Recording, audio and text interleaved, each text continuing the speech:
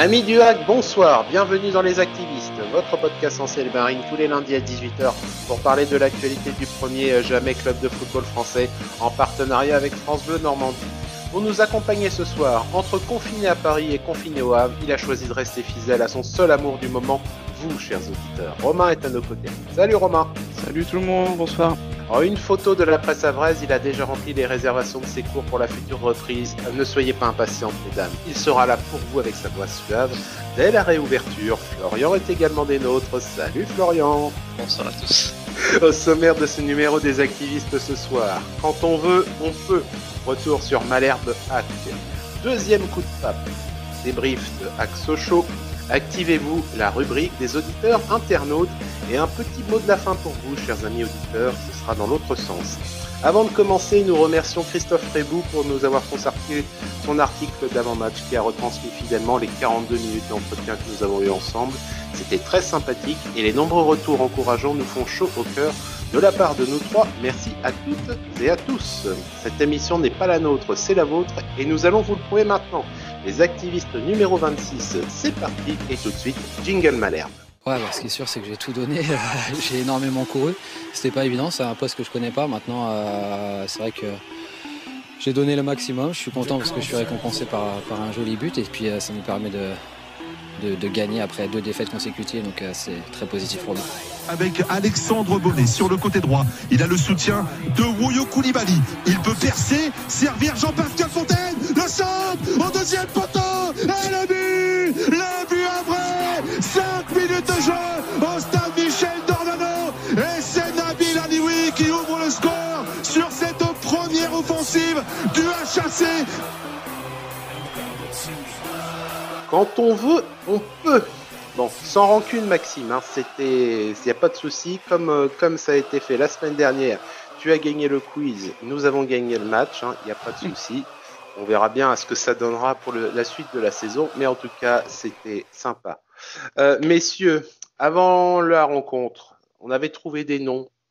Le Nulico, le Trouillico, et finalement, c'est devenu le plus que sympathico, ce petit match, avec, entre autres, la fin de la malédiction des buts dans le jeu. On se languissait d'en avoir un seul depuis début 2021. On en a eu 2 comme ça qui ont été faits, et des jolis en plus. Florian, on va commencer avec toi. C'était sympa lundi dernier, et franchement, on a bien senti qu'il y a eu de la trouille, et qu'au final, le hack a été peut-être un peu moins trouillard et a réussi à se faciliter la tâche avec ce but d'entrée d'Alioui. Oui, c'est sûr. Après, juste avant le match, on était inquiet parce que vu la forme du hack, on n'était pas très serein. On rajoute à ça à la compo où on voit qu'il n'y a pas d'attaquant. Je partage l'avis de certains qui est sur Twitter qui ont dit que comment on va faire sans attaquant. Bon, au final, c'était plutôt passionnant. Les 2 équipes ont produit un beau jeu. Nos Havrais ont été plutôt beaux à regarder. Non, c'était assez plaisant. On marque très tôt dans le match sur une construction de nos 2 vieux briscards conclus par Alioui. Même si j'avoue que j'ai eu une petite frayeur, j'ai senti qu'il allait passer au-dessus de la barre. Mais au final, c'est dedans. Après une première mi-temps maîtrisée, on a senti un peu d'enjeu, un peu de tension côté Cannes, que les 2 centraux se prennent un jaune. Donc les Havrais ont posé des difficultés sur cette première mi-temps. Ça a été récompensé. Non, c'était très plaisant pour cette première mi-temps à Malherbe. Romain, on a trouvé les vieux qui ont été en grande forme. Bonnet, Facteur X dans le jeu. Jean-Pascal Fontaine, et pourtant Dieu sait qu'on lui en met dans le buffet dans cette émission, il a été en feu, et Mathieu Gorgelin qui s'est retrouvé et qui est vraiment remis les pendules à l'heure pour le match à Dornano. Seul Woyo qui a été en dessous et qui nous a fait très très peur sur sa quasi passe décisive pour Johan Cour, mais sinon les vieux ont bien tenu la baraque. Ouais, on a retrouvé nos anciens. On se facilite, comme tu l'as dit, la tâche avec un super début de match. On est rentré dedans à fond. Nabil Alioui à la réception d'une belle passe de Fontaine et puis pour ouvrir le score. C'est sûr que ça a vraiment facilité ce match. En plus, comme vient de le dire Florian, c'était assez tendu en face. J'ai trouvé qu'on était moins tendu que les Canets, qui étaient vraiment dans une optique derby, alors que peut-être que les Havrais étaient plus là pour justement éviter éviter de se faire peur sur la fin de saison et ils étaient plus relâchés au final. Plus relâchés que les Canets, je pense que ça nous a aidé. Et ce relâchement, on l'a clairement ressenti, comme tu viens de le dire, dans le jeu de Jean-Pascal Fontaine, hein, très clairement. Alex Bonnet qui était juste vraiment super en numéro 9. Et Mathieu Gorgelin, on a aussi senti qu'il était relâché dans ses interventions. C'est vraiment le mot, quoi. Vraiment, ils étaient là, présents, concentrés, mais en même temps relâchés pour faire bien les choses sur le terrain. C'est sûr on a vu des jolies choses, c'était sympathique. On a une pensée pour Nabil Alioui, encore une fois, lui, pas de bol. Pour une fois il marque, il se retrouve à être blessé en fin de première période. C'est vraiment quand ça veut pas, ça veut pas. Les Canets ont eu au final 2-3 situations sympathiques. Et heureusement pour nous qu'ils ne les ont pas mis, mais dans l'ensemble, le sujet était plutôt maîtrisé. Ça s'est vu aussi sur le deuxième but d'Alexandre Bonnet, qui doit être un exemple pour moi pour Marmoud. On parle de Marmoud depuis quelques semaines. Ah, il est bon. Il faut encore qu'il arrive à être décisif dans le jeu, et s'il il a de la technique pour faire comme Alex a fait sur le deuxième but. Tant qu'il n'aura pas la puissance de frappe suffisante pour réussir à marquer de loin, essayer justement de placer ce ballon comme ça et de mettre hors de position des adversaires, ça, je pense qu'il a le potentiel pour faire, et on lui souhaite en tout cas de réussir à ce niveau-là. Bon, on revient pas plus que ça, messieurs, sur le match, mais au moins ce qui est bien, c'est qu'on a vu en termes d'intensité, d'engagement, et j'aimerais reprendre la phrase que tu avais sortie, Florian, et qu'on approfondisse avec toi. Tu as sorti cette phrase: nourrissez-nous de regrets jusqu'à la fin de saison. Après la rencontre de lundi dernier, c'était vraiment le sentiment qu'on avait, le fait que, allez, bon, la saison, elle est peut-être loupée, mais au moins qu'on puisse voir que vous valiez mieux que ça. C'était surtout Romain qui avait sorti cette phrase. Je ne vole pas ce qui est à César, comme on dit. Mais oui. Mais non, oui, c'est ça. C'est nourrissez pas de regrets. Après, j'aimerais revenir juste sur un petit fait de jeu dans le match de Caen. Juste avant le deuxième but, j'ai la sensation que Gibaud fait une petite main que l'arbitre ne voit pas. Sur la contre-attaque, quelques minutes après, on marque. Et sur le but de Bonnet, je sais pas vous, j'ai l'impression qu'il veut faire un centre, mais que dans sa tête, il se dit: je les connais, ils vont la foirer cette action. Du coup, j'y vais solo. Et en plus, il voit que Ryu fait le petit pas de côté pour anticiper. Et comme ça, il arrive à la claquer dans le but. Et franchement, c'est à l'image de Bonnet depuis quelques temps. C'est: je prends mes responsabilités. Je dis pas qu'il fait pas confiance à ses coéquipiers. Là, c'est la petite blague personnelle, et surtout pour le prochain match. Mais on voit qu'il prend ses responsabilités, que c'est le capitaine. Et en plus, un match contre Caen, derby, plus la pression de jouer le maintien. Voir cette petite action, cette vista, ce coup d'œil pour mettre le deuxième but, franchement, j'ai trouvé ça. C'est un geste, comme tu l'as dit, c'est à montrer aux petits jeunes du HAC prendre ses responsabilités et le faire de très belle façon. Ah bah c'est sûr qu'en plus là on sent vraiment qu'à la fin, au-delà de la blague, c'est vraiment ce qu'il veut faire, et c'est très beau, parce que dans une situation comme ça, réussir quand même à trouver l'angle face à un gardien qui est pas mauvais. Ryu, c'est un bon gardien. C'est comme tu dis, le patron était là, il a fait des actions de patron, et il a montré le chemin à suivre pour le reste de l'équipe, et principalement les jeunes qui seront amenés à prendre la relève de manière un peu plus poussée dans les matchs à venir. D'ici la fin de saison, on l'espère, ça voudra dire qu'on aura réussi à accumuler quelques points, et surtout pour la saison prochaine. Romain, à toi la parole. Ouais, je voulais tirer mon coup de chapeau à la tactique mise en place par Le Guen quand même, parce que il a sorti ça de nulle part. On avait 0 attaquant apte à jouer ce match à Caen, et il nous a sorti un Alex Bonnet en faux neuf, voilà, et donc ça a porté ses fruits sur le match à Caen. C'est vraiment très agréable à regarder. On peut se poser la question sur le niveau des Canets en face quand même. Bon, voilà, ça fait plaisir, on a gagné, tout ça, c'est pas le souci, mais peut quand même se poser la question sur l'adversité quand même. Moi, j'ai trouvé Johan Cour très intéressant, Monsieur Volpe, l'année prochaine. Avec Florian, on s'amuse à trouver un joueur dans chaque adversaire, donc on a presque à 11 déjà, mais non, je l'ai trouvé intéressant ce joueur, sauf sur son gros raté qui aurait pu changer le match. Mais voilà, vraiment gros coup de chapeau à Paul Le Guen pour cette tactique sur ce match-là. On est tous d'accord en tout cas pour dire que Johan Cour il ferait du bien à n'importe quelle équipe de Ligue 2. Si ça peut être la nôtre, c'est bien, mais bon, on n'en est pas encore là.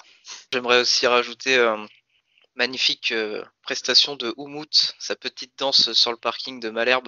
Franchement, c'était beau, c'est vrai. Ça régale. On rajoute à ça Gibo sur les réseaux. Ouais. Ça fait du bien au mental. C'était une bonne soirée pour la Normandie, on va dire. Ouais, ça nous a réchauffé le cœur, c'est vrai. Et juste une petite pensée quand même pour les Canets. On dit que il y a plusieurs personnes qui disent on fait que critiquer, on est toujours d'accord. Alors je sais pas pour vous quel est votre avis.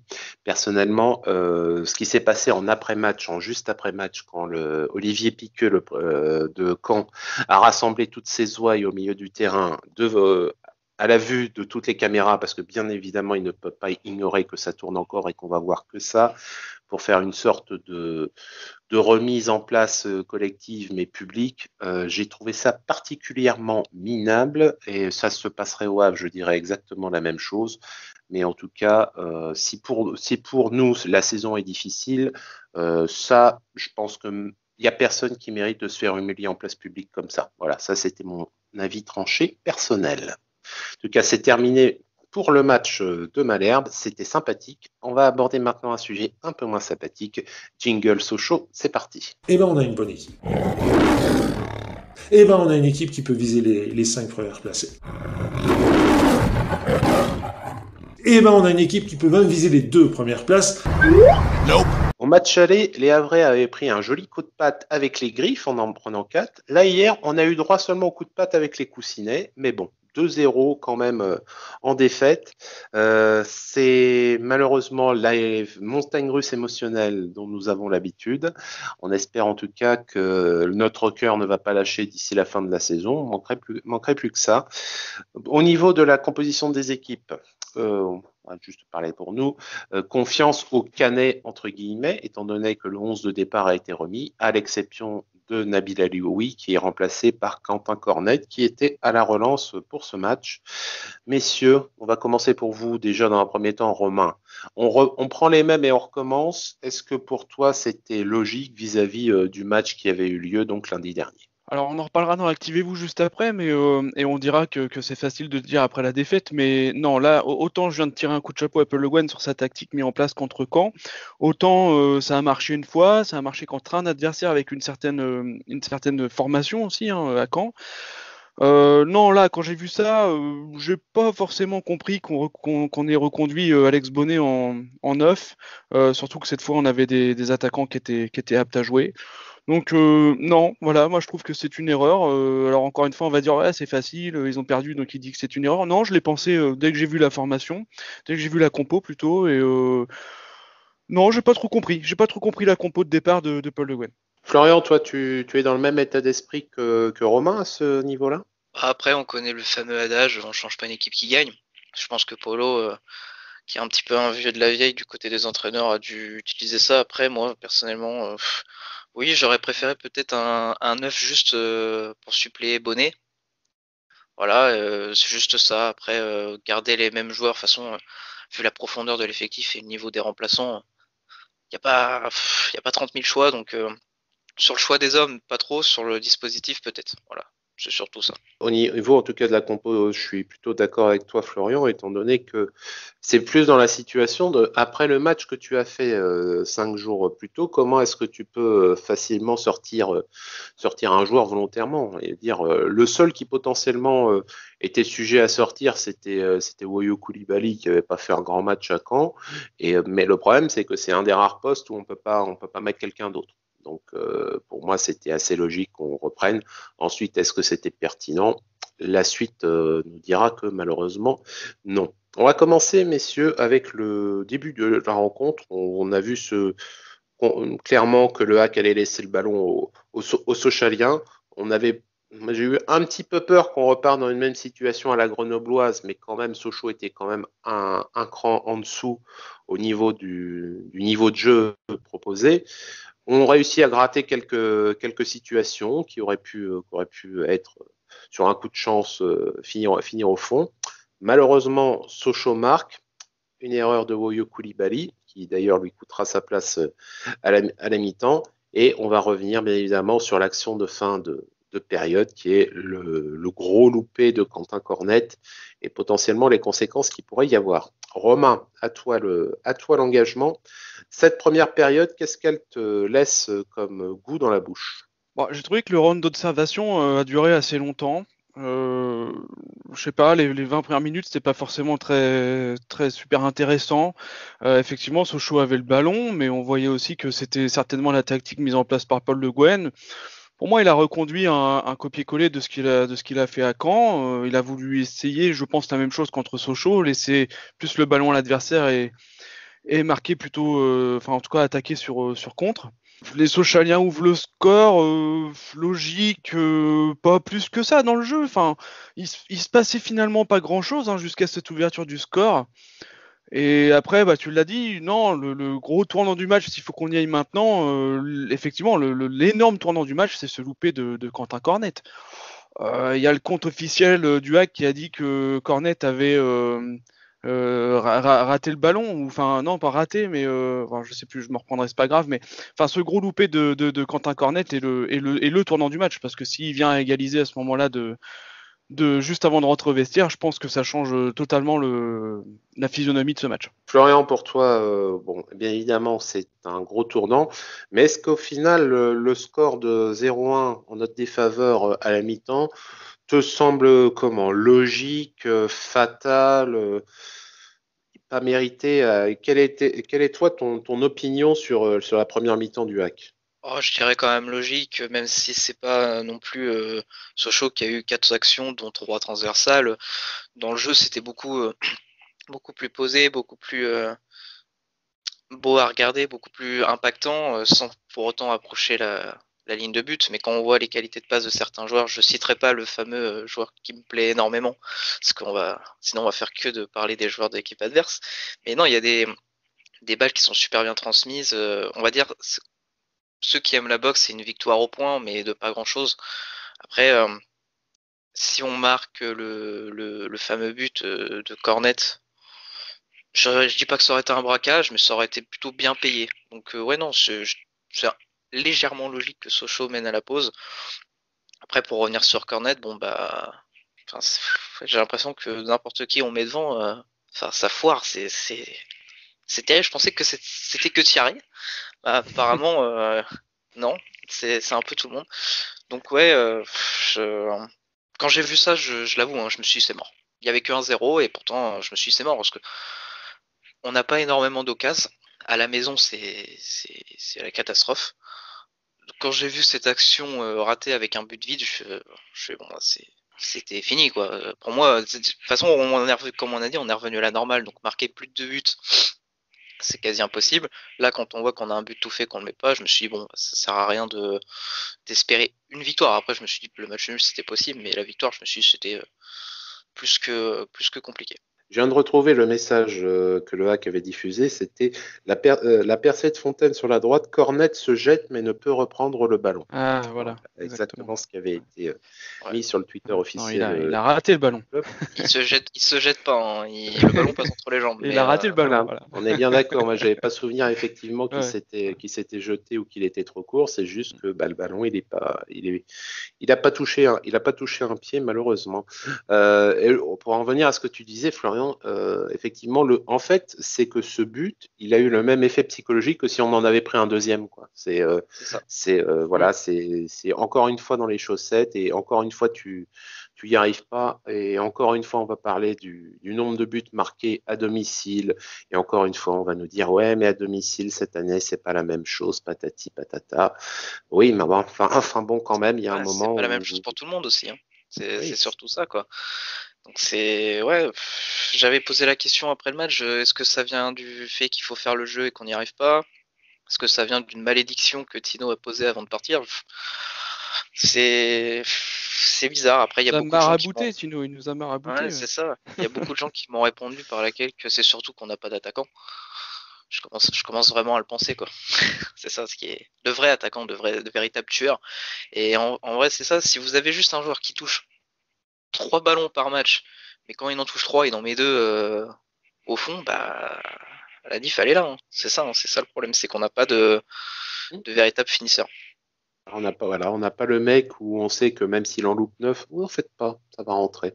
Que là c'est l'inverse, on les met en situation et t'as l'impression, tu sens, même peut-être qu'eux inconsciemment ils ont le truc, c'est ouais mais de toute façon ça, il y aura pas. Donc là c'est très très compliqué. La bonne spirale qui va mal, on est en plein dedans et on n'en sort pas. Deuxième mi-temps, messieurs. Là, on va saluer la grosse prise d'initiative de Paul Le Guen qui a fait des gros changements d'entrée à la mi-temps. Exit Nolan Mbemba et Woyo Koulibaly. Et entrée donc de nos deux attaquants. Ça n'a pas changé grand-chose au résultat, mais par contre, on est revenu avec une prise d'initiative et une envie qui a été à minimum retrouvée, ce qui était pas grandement compliqué vu la difficulté qu'il y avait eu en première. Mais moi, je le ressouligne encore une fois que les choix forts de Paul Le Guen fait à la mi-temps, ça me plaît, indépendamment de ce qu'il y a eu derrière. Romain, est-ce que tu es dans la même pensée ou est-ce que tu as plutôt des objections à m'apporter? Ah non, il a eu raison. Clairement, quand on voit la copie qu'ils ont rendue sur les 45 premières minutes, c'était nécessaire. Après, il change tout. C'est comme quand il avait, vous vous souvenez, fait je ne sais plus combien de changements à la 80e. On s'est dit, bah pourquoi il avait pas mis ces joueurs-là dès le début, que ça faisait un peu canot de sauvetage, quoi. C'était un peu le naufrage. Là, c'est un peu pareil. Alors, c'est facile à dire, mais comme je l'ai dit, j'ai pas trop compris la compo. Ce qu'il fallait pas partir comme ça dès le départ, mais en tout cas, il a le mérite de l'avoir fait à la mi-temps et j'en attendais pas moins. Il a le mérite de l'avoir fait. Woyo, il est pas dans sa semaine, il est pas Ah non, dedans. Il était déjà pas dedans à Caen. sale semaine Voilà. pour Woyo et avec la trêve qui arrive derrière, va falloir bien s'occuper de lui pour que ça macère pas dans la mauvaise semaine. Ouais, tout à fait. Donc c'était logique. Ce qui s'est passé à la mi-temps, c'est logique. J'étais content de revoir les attaquants arriver sur le terrain. On a vu quand même que c'était mieux en seconde période dans l'intention. Maintenant, bah, je vais reprendre les mots de notre coach. Il a parlé encore d'impuissance sur Beanspur à la fin du match. Bon, j'en ai un peu marre d'entendre ça, mais bon, quelque part, je me dis qu'il a raison. Il parle d'un jeu de passe. Bon, ouais, ça circule, pourquoi pas. Il y a des centres, oui, c'est vrai, mais il n'y a jamais personne à la réception de ces centres. Ça commence, enfin, je ne sais plus. Je ne sais plus dire pourquoi. Les ballons arrivent, mais il y a pas une personne pour couper la trajectoire du ballon dans la surface. Et ce, depuis le début de la saison. Alors après, c'est à Paul Le Guen et à son staff de travailler ça. On arrive en fin de saison maintenant. Je pense que c'est trop tard. Mais pourquoi toute la saison ça a été comme ça? Je ne sais pas. Florian, même chose pour toi. Es-tu content, toi, justement, des changements qui ont été apportés? Et est-ce que tu as senti vraiment le mieux dans le jeu qui a été amené, en dépit des remarques que nous a fait Romain? Je vais pas dire que je les ai vus arriver, mais c'est ce que je souhaitais. On en a parlé à la mi-temps. La seule erreur que j'ai fait, c'est de mettre Basque en défense et les cales au milieu. Polo a juste inversé, je pense, pour la qualité de passe de Victor. Non, j'étais satisfait. Au moins, il y a du changement, quitte à se prendre de 3-0 après, mais au moins, tu tentes. Je préfère ça qu'un gars qui reste dans son dispositif, qui a rien montré en plus. Et on reste à 0-1. On est passé en plus de 34% de possession à la première mi-temps à 64% en deuxième. C'est quand même majeur. Alors après, la possession fait pas tout, mais le fait de remettre un joueur en plus dans le milieu a permis de justement essayer de contrôler plus ce ballon avec un Bonnet qui se balade entre les lignes. Les deux attaquants devant pour essayer de conclure.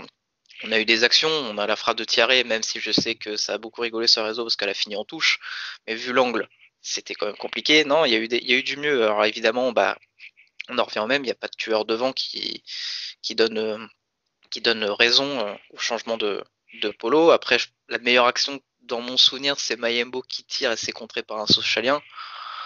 Oui, ouais, non, c'est qu'il fait, ouais, c'était intéressant. C'était très intéressant. Ça intervient même, je crois, plutôt au début de la deuxième mi-temps, plutôt au début. Mais c'est vrai qu'ensuite, t'as pas eu grand-chose à se mettre sous la dent. On a quoi, une tête de Tiaré sur Ah ouais.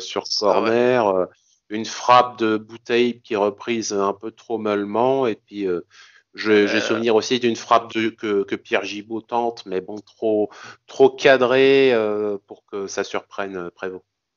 Il y a une petite frappe aussi juste au-dessus qui touche le filet du dessus, mais voilà, vous êtes vraiment dangereux. Après, bon, bah, le deuxième but socialien, il vient. C'est vrai qu'il y a un petit peu d'apathie dans la défense, quoi. Le gars a le temps de contrôler, se retourner, faire danser le flamenco à Meraz et mettre une praline dans le but. Bon, après, ça, c'était le jeu, hein, on a tenté, ça a pas marché. Au moins, on a tenté quelque chose. Je dis pas que c'est pas on va dire que c'est le minimum de tenter quelque chose quand on perd. Mais je suis pas surpris de ce match parce que, évidemment, comme tout le monde, ou presque, on a eu une petite enflammade après quand, vu le jeu proposé.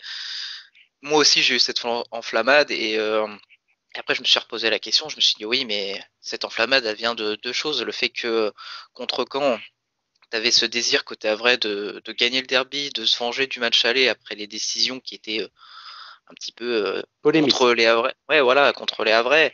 Donc, ils avaient un peu ce désir de revanche et ça se voit sur par exemple sur Gibo, sur les réseaux, cette rage un peu qu'il y a eu, et aussi par la faiblesse du jeu canet qui est à notre image. Et évidemment, quand on passe à un standard au-dessus comme Sochaux qui joue à peu près les petites places pour les barrages, bah, la différence elle est là. C'est une équipe qui, j'aime bien ce mot clinique dans ces occasions, c'est il n'en faut pas 30 000, mais nous quand on en a une, bah, on la place bien et on marque. Donc voilà, c'est un retour à la normale. Alors évidemment, il ne faudra pas se faire peur par la suite. Mais je suis pas étonné, évidemment déçu, parce que bah, comme tout supporter, on n'a qu'une envie, c'est que notre équipe gagne les 38 matchs des 38 journées de Ligue 2. Mais non, je suis pas surpris, c'est tout bonnement logique. Voilà, ce qu'on retient juste de cette soirée, c'est que bah on descend en 12e place, on a 7 points de Guingamp qui est 18e. Pour ma part, je sais pas si vous voulez en faire un petit débat, je suppose que 5 points pourraient suffire pour se maintenir, voire même moins. Je pense que si le Havre atteint les 40 points, ça devrait être plus que correct. Voilà notre avis, chers amis auditeurs, pour notre fin de saison. Mais maintenant, un peu de travail pour vous. Là, vous avez la parole. Activez-vous, c'est maintenant.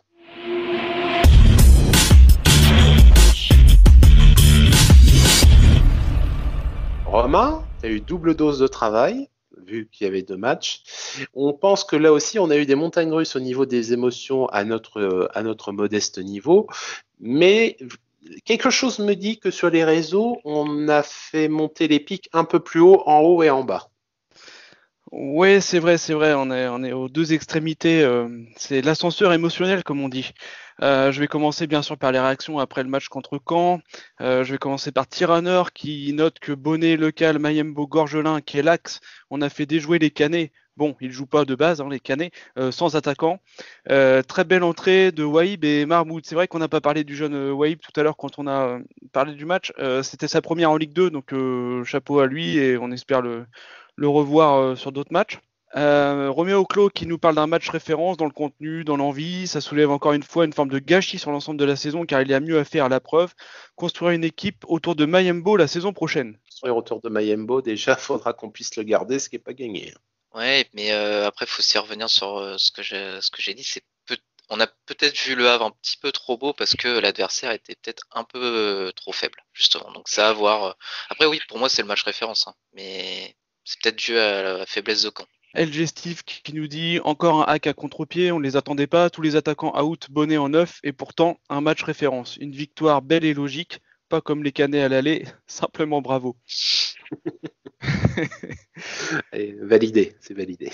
Je vais partager Polo et LH parce qu'il y aura un update juste après sur les réactions d'après-match de Sochaux et qui rejoint donc Florian. On est tombé sur une équipe qui gère aussi mal que nous sa possession de balle et on a su concrétiser pour une fois nos occasions nombreuses, on n'est pas habitué, en contre. Ça fait plaisir de remporter le derby mais je sens que dès la semaine pro, on va refaire de la merde. Voilà. Sous-entendu donc 5 jours après, voilà. Le match le lundi, ouais. Bon. Et donc voilà, il nous a spoilé Polo. Et je vais finir avec Silhack qui dit avec cette belle prestation des nôtres, le bonnet change d'âne. Voilà, avec oui. bien sûr bonnet BO2NET, hein, bien sûr. C'est un ami à Gilles, ça. Voilà pour la réaction d'après Caen. Alors effectivement, c'est monté très haut. Florian l'a dit tout à l'heure, on a tous eu une petite enflammade, bon, qui, faut l'avouer, qui a fait du bien quand même. Voilà, ça fait toujours aussi plaisir de se dire que la Normandie est ciel et marine. Pardon, Ça faisait Maxime. bien commencer la semaine. C'est bien. Voilà, commencer la voilà. semaine. Et puis, donc, je vais enchaîner bien sûr sur les réactions d'après Axe au Show avec Roméo Clos qui nous rappelle cette stat pour rentrer dans le dur tout de suite. La stat à domicile, donc 3 victoires, 7 nuls, 5 défaites avec 10 buts inscrits. Donc ça fait très mal. Péco qui va être content, il faut qu'il mette à jour son tweet maintenant. Thibaut Théa qui nous... Donc là, c'était une petite blague aussi qu'on a bien appréciée.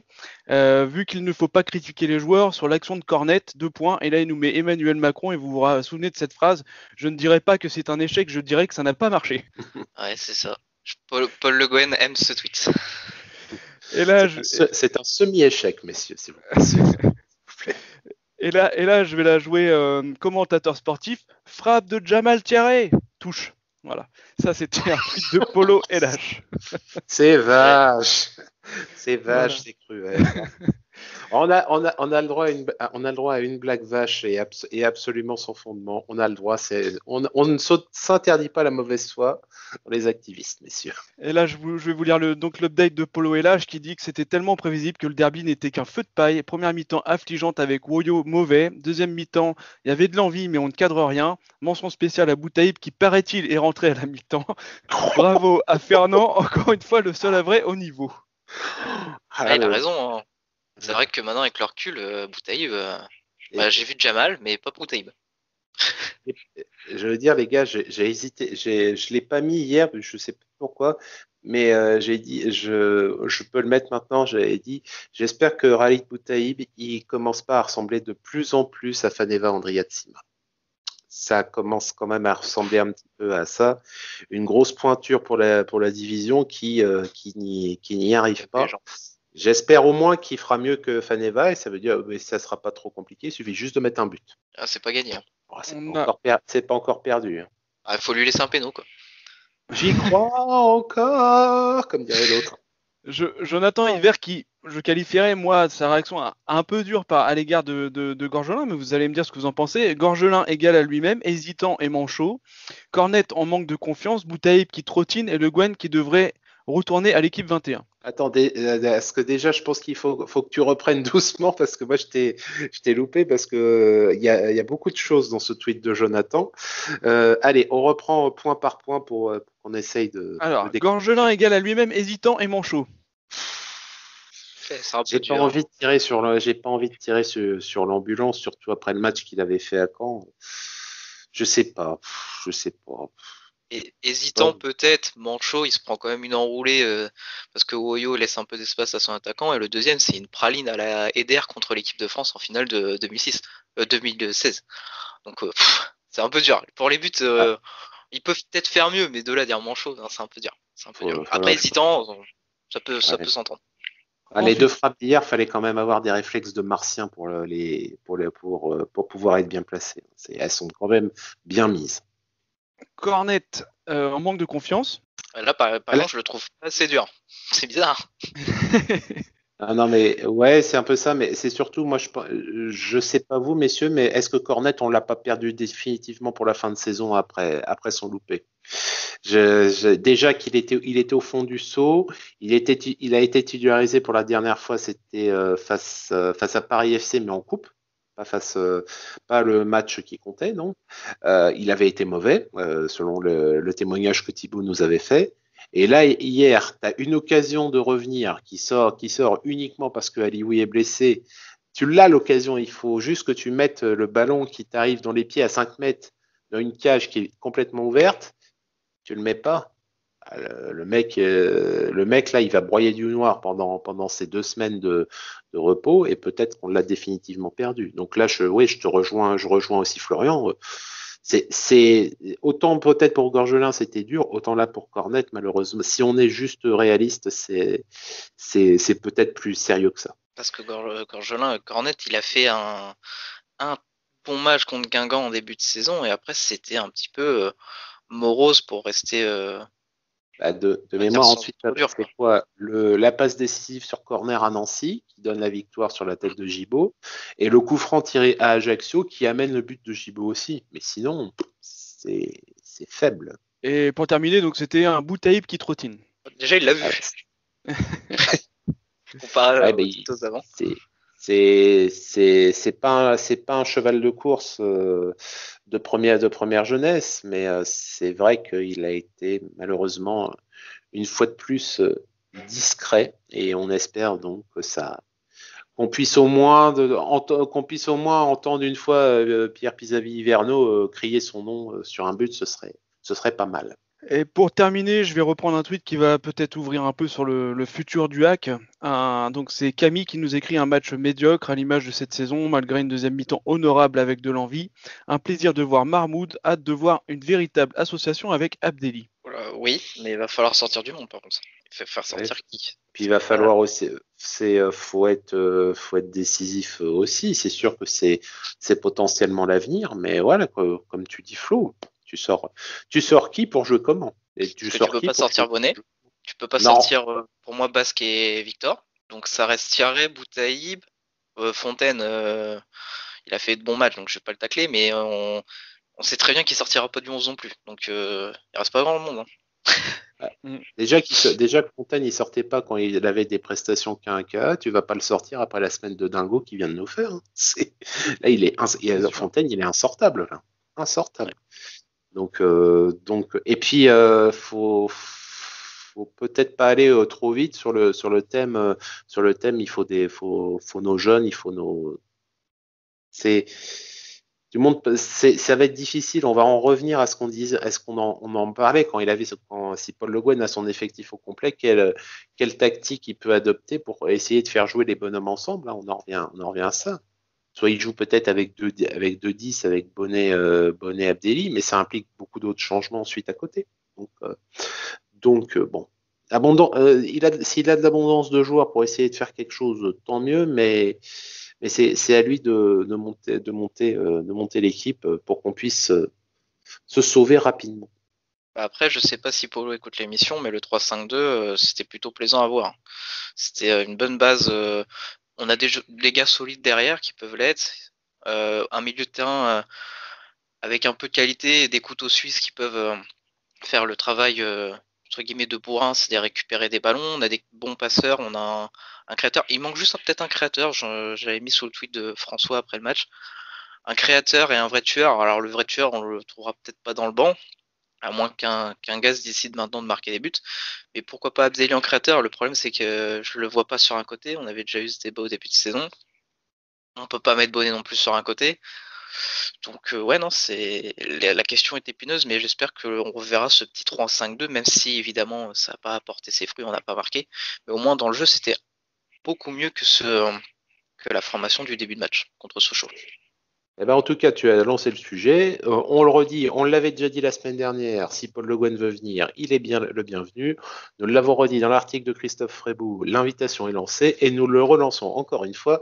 Paul Le Guen, dimanche, on enregistre à 10h, mais on sait s'adapter si vous nous dites oui.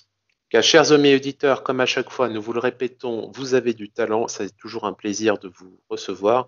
Et tout de suite, nous enchaînons avec un petit mot de la fin à votre attention.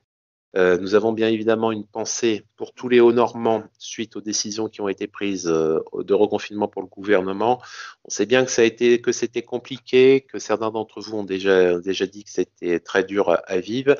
On essaie semaine après semaine de vous apporter un petit peu de bonheur, un petit peu d'envie et de joie de vivre, même si sur la matière qu'on travaille, c'est plus ou moins compliqué de pouvoir arriver à vous faire ne serait-ce que sourire, mais si au moins vous pouvez partager avec nous et essayer de, vous trouver une occupation avec le hack par ce modeste podcast que nous animons avec Romain et Florian, ce serait toujours ça de suivre. Et nous vous souhaitons bon courage et n'oubliez pas qu'on pense bien à vous et qu'on vous aime. Et c'est fini pour ce soir. Nous vous remercions de nous avoir suivis. Pour ne pas manquer nos prochaines émissions, abonnez-vous à notre chaîne YouTube. Laissez-nous un pouce bleu, un commentaire et mettez la cloche afin d'être prévenu dès la sortie. Nous sommes également disponibles sur toutes les plateformes de podcast. Rejoignez-nous sur Twitter @actu_fr avec le hashtag activiste au pluriel ainsi que sur notre site actu.fr pour recevoir nos alertes articles et participer au concours de pronostics. Vous pourrez nous retrouver sur l'antenne de notre partenaire France Bleu Normandie chaque jour de match. Retrouvez également 100% C'est les Marines du lundi au vendredi entre 18h et 18h30 avec Greg Godefroy, François Manoury et Sylvain Geffroy. Nous vous souhaitons une bonne soirée, à bientôt pour le prochain numéro des Activistes et en attendant, allez le hack et allez le Havre. Merci.